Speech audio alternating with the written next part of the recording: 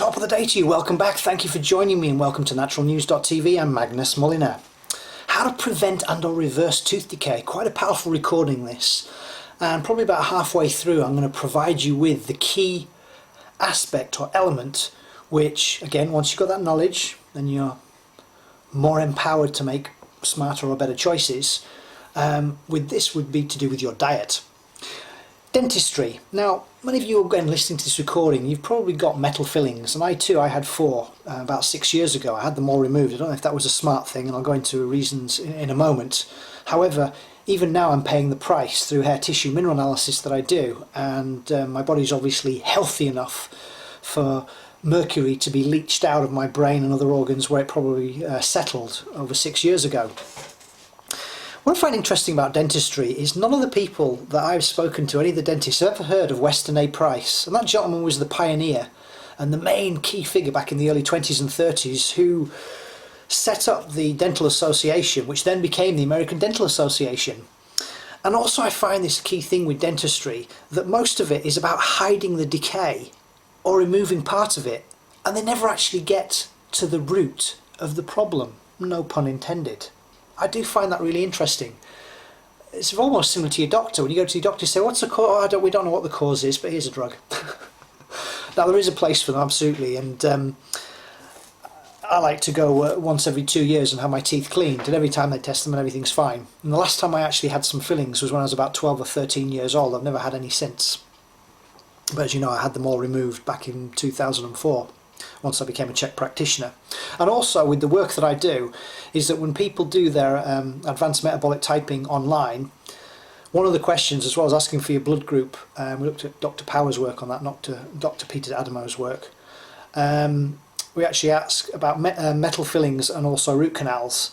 And what I'll be able to do when I get sent that information is I will be able to share with you, because everything's connected, all the meridians, your organs and tissues that are likely to be affected if you actually have metal in your mouth. Now, when you think about it, the body basically is an electrical current, and one of the most powerful electrical currents obviously is the heart. But once you introduce some metal to your body, that's likely to affect your body's electrical current. So my question to you is, how would you create a battery? Well, quite simply, all you need to do, I know this is a candle, is grab a container like this, stick a load of water in it, and then just stick 2 bits of metal. Interesting. Whether it's gold, mercury, or even composites that contain aluminium, that is simply how you could create a battery. And obviously if you have a simple battery in there, that's going to affect your first brain, which will then affect the second brain. Then Houston, we're likely to create some health challenges. So one of the first things I do as a health practitioner when I work with my clients is to find out if they have metal fillings. I don't tell them to remove them. What I do is invite them on a journey to gain some more knowledge, and then with that knowledge hopefully they can make smarter choices. So even if you have metal piercing your tongue or belly button, or maybe other parts of your body that you actually have anything metal, then that will affect your electrical current. Now, the trigeminal nerve, which is connected to the jaw, is connected to the whole nervous system, and that should be relaxed, but it won't be relaxed once you introduce metal to it. And so when you think about it, in any one moment, when you are eating, you are either mineralizing or demineralizing your teeth. Interesting. So if you've got metal in your mouth, it has an EMF, electromagnetic frequency. Chances are you created then a battery, so it's likely to be more acidic. That is likely to be demineralizing just in itself. I'll leave that with you. One of the things I want to touch on here, and it's quite a more spiritual side on this, a lot of you perhaps listening to this recording, as well as having tooth decay, fillings and so on, you may also have some extractions and maybe also have dentures in there. And my question would be, what's your intention or context about your health? Now, it might be that it's changed because you're part of Mike Adams' network group now, but for a lot of people, maybe when they were younger, they're connected to a very powerful emotion called shame. The meaning of their health to them probably equaled, well, it's not very important, it wouldn't have necessarily equaled pain, but they would basically thought that they were here to cause themselves suffering in order for others to benefit, or maybe they didn't feel worthy enough. And just those thoughts alone can actually lead to dental problems. It'll obviously deal with other challenges as well. But if you're not feeling worthy when you're younger or any age, can actually then lead on to tooth decay. I'll leave that one with you. Now, I want to turn back the clock to 1882 when a W.D. Miller, who was a dentist and a researcher, did a simple experiment. He got a test tube, he got an extracted tooth, he put in some white flour, and then he also put some saliva in, and over time, guess what happened? The tooth decayed. So he found there was a mechanism to cause tooth decay. Well, when you think of it, obviously sugar is likely to, from the bread to break down, produce acid, and that will cause a tooth decay. However, a healthy tooth will not decay. So when you think about sugar, if I ask you a question then, what do you think causes tooth decay? A lot of you would say, well, it's because you eat too much sugar. Well, kind of. I mean, if you have a lot of sugar in your diet, as well as it being a Class A drug and 4 times more addictive than crack cocaine and you can listen to my other recording on that. Oh, again, socially acceptable. And by the way, 99% of you are addicted to it, and it's socially acceptable to be addicted to it. It actually dehydrates the bacteria. So if you dehydrate bacteria, you kill it. And as you know, it's used as a preservative. So it's not actually the sugar per se. What actually causes, and you might want to write this down, tooth decay is an absence of fat-soluble vitamins. What are they? Vitamins A, D, E and K. Where will you get them from? I'm getting there. Please be patient, bear with me. So that ultimately is the crux of this recording, that if you introduce fat-soluble vitamins into your diet, you will be mineralising your teeth. You'll also be mineralising other things. But what was interesting is that for many years, the so-called banter and dentistry, I've got to call it dogma, has been that bacteria causes tooth decay, and you can see that on the commercials. It's interesting actually, because I'm in England and I've been staying at my parents', and there was this one commercial that I didn't manage to turn off the television, and I caught it. And there was this guy, this dentist, basically saying that if you eat a lot of fruits, that it will basically demineralise your teeth.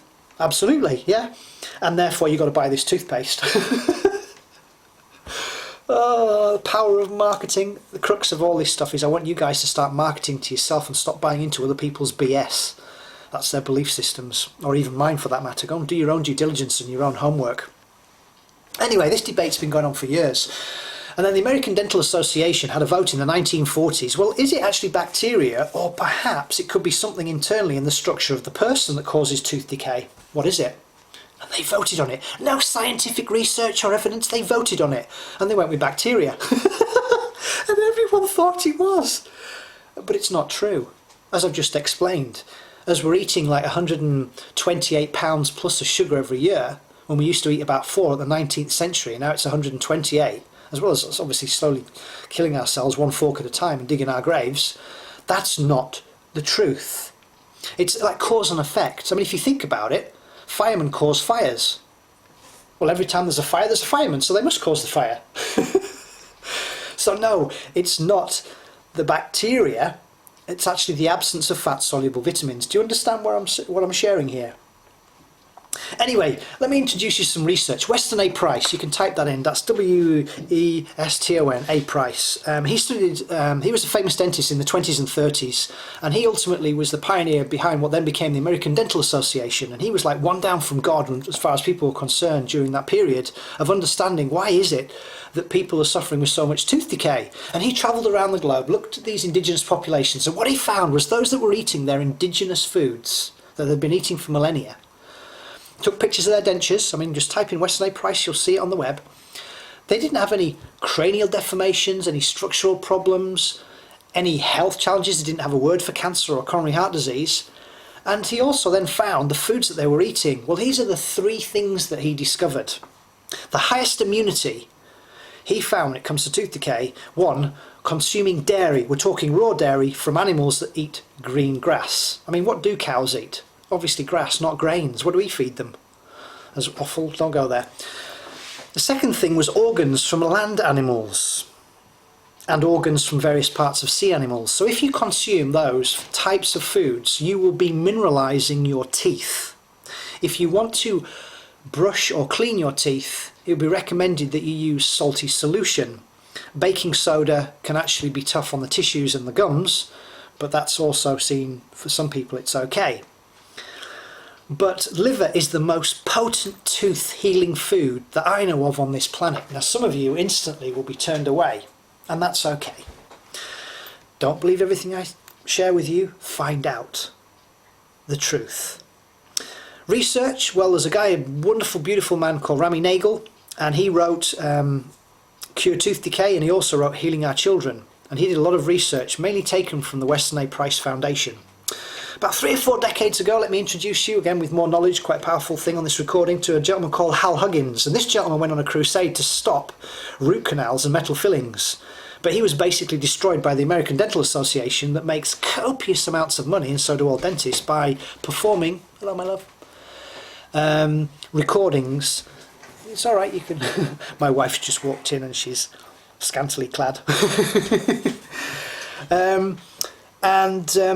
Well, it's similar to, you know, when the doctors and the rest of them, when they come up with these cure for cancer, and all of a sudden their lives are destroyed, and the FDA goes in, and I just find it abhorrent what goes on in this world. It really is, just to control the status quo on using things known like chemotherapy and the rest. Crazy world, please people, continue to be woken up.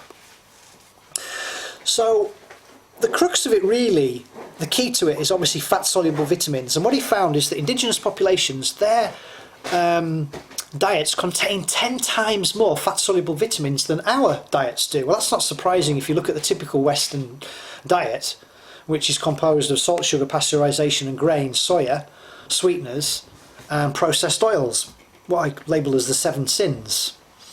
So good, I've got to close the door so the cat doesn't go upstairs to my parents' home. You know, I'm on cat sitting duty for 5 weeks. My parents go to Spain, so my wife and I and my child are on cat sitting duty. So things like saturated fats, again organic best, lard, ghee, goose, duck fat, you know, butters, butter oil from green pastures is great. Olive oil is good, but if you do cook with it low temperatures, those kind of things are good also for your teeth.